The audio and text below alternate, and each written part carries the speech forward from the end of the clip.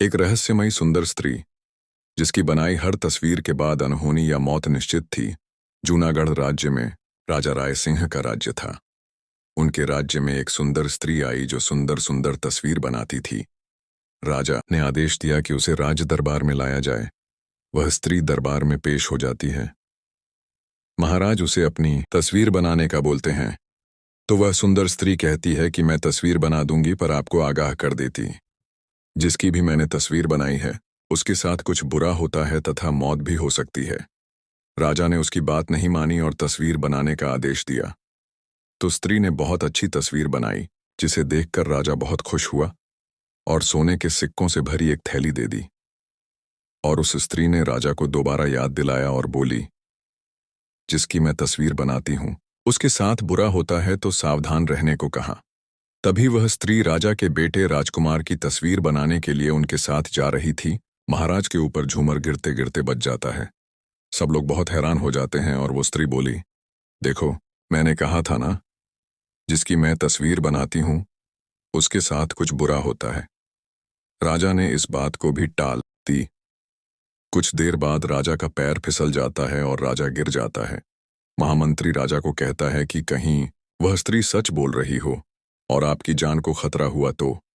राजा ने मंत्री को भी ऐसा कुछ नहीं होता बोलकर बात टाल दी। तभी राजा के पास से एक तलवार निकली।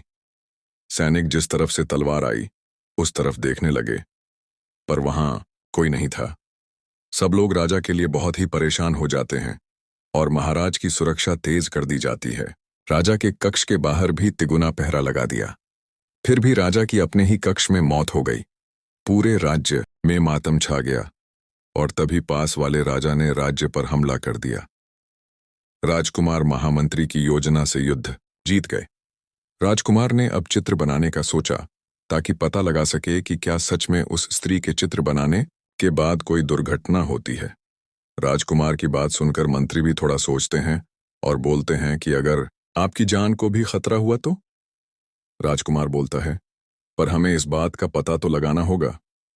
अगले दिन फिर से उस सुंदर स्त्री को बुलवाया जाता है और मंत्री आदेश देता है कि राजकुमार की तस्वीर बनाई जाए। तब वह सुंदर स्त्री बोली, आपको तो पता है कि मेरे चित्रकारी की वजह से महाराज का निधन हो गया और फिर भी आप मुझसे अपना चित्र बनवाना चाहते हैं। राजकुमार बोला, तुम तस्वीर बनाओ।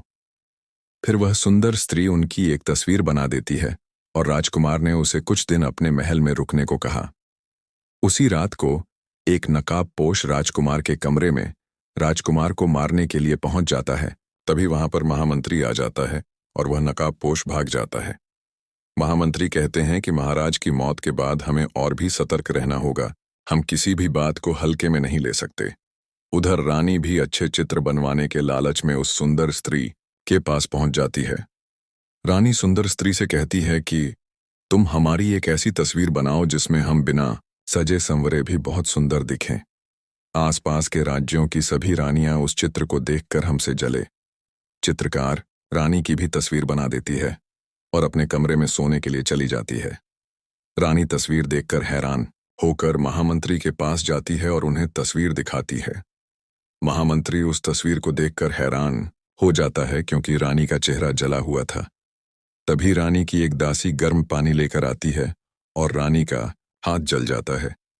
रानी इस वाक्य से घबरा जाती है। अगली सुबह राजकुमार तलवारबाजी का अभ्यास कर रहा था। तभी तलवार लगने से उसका हाथ कट जाता है। दूसरी तरफ जब रानी रसोई का मुआयना करने गई तो उसकी आंखों में मिर्ची चली जाती है। महामंत्री यह सब देखकर बहुत हैरान हो जाता है। महामंत्री बोलता है कि उस चित्रकार के चित्र बनाने के बाद सच में कोई ना कोई दुर्घटना होती है। ऐसा कैसे हो सकता है? और एक रात को एक नकाबपोश फिर से राजकुमार पर हमला करने आता है। वह राजकुमार के सीने में छुरा घोंप देता है। तब पीछे से राजकुमार उसे पकड़ लेता है और सभी वहां पर पहुंच जाते हैं। तभी सिपाही उसके मुंह से नकाब हटाते हैं तो देखते हैं वह सुंदर स्त्री जिसने तस्वीर बनाई। राजकुमार उससे पूछता है कि बता, तुझे यहाँ किसने भेजा था? और वह स्त्री बोलती है, माफ कर दीजिए, मुझे यह सब करने के लिए आपकी महामंत्री ने कहा था। तभी महामंत्री अपनी तलवार निकालकर राजकुमार को मारने के लिए आगे बढ़ता है, पर एक सिपाही मंत्री का हाथ रोक लेता है और फिर सिपाही अपनी दाढ़ी मूंछ निकालकर राजा के भेष में आ जाता है। सब लोग हैरान हो जाते हैं और राजा बोलता है, मुझ पर तो पहले से ही शक था, पर महामंत्री से मैंने ऐसी उम्मीद नहीं की थी।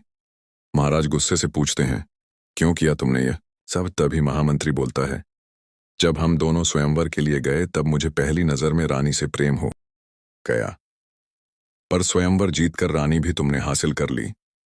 उस दिन से ही मैंने यह फैसला ले लिया था कि मैं तुम्हें मारकर तुम्हारा राज्य छीन लूंगा, पर तुम बच गए। राजा सिपाहियों को आदेश देता है, इनको ले जाओ और बंदी बना दो। फिर राजा उन्हें बताते हैं कि उन्हें उस सुंदर स्त्री पर पहले से ही शक था। उसने मेरे दूध में जहर मिलाने की बात मैंने सुन ली थी, इसलिए मैंने मरने का नाटक किया ताकि मैं इनके खेल का पर्दाफाश कर सकूं।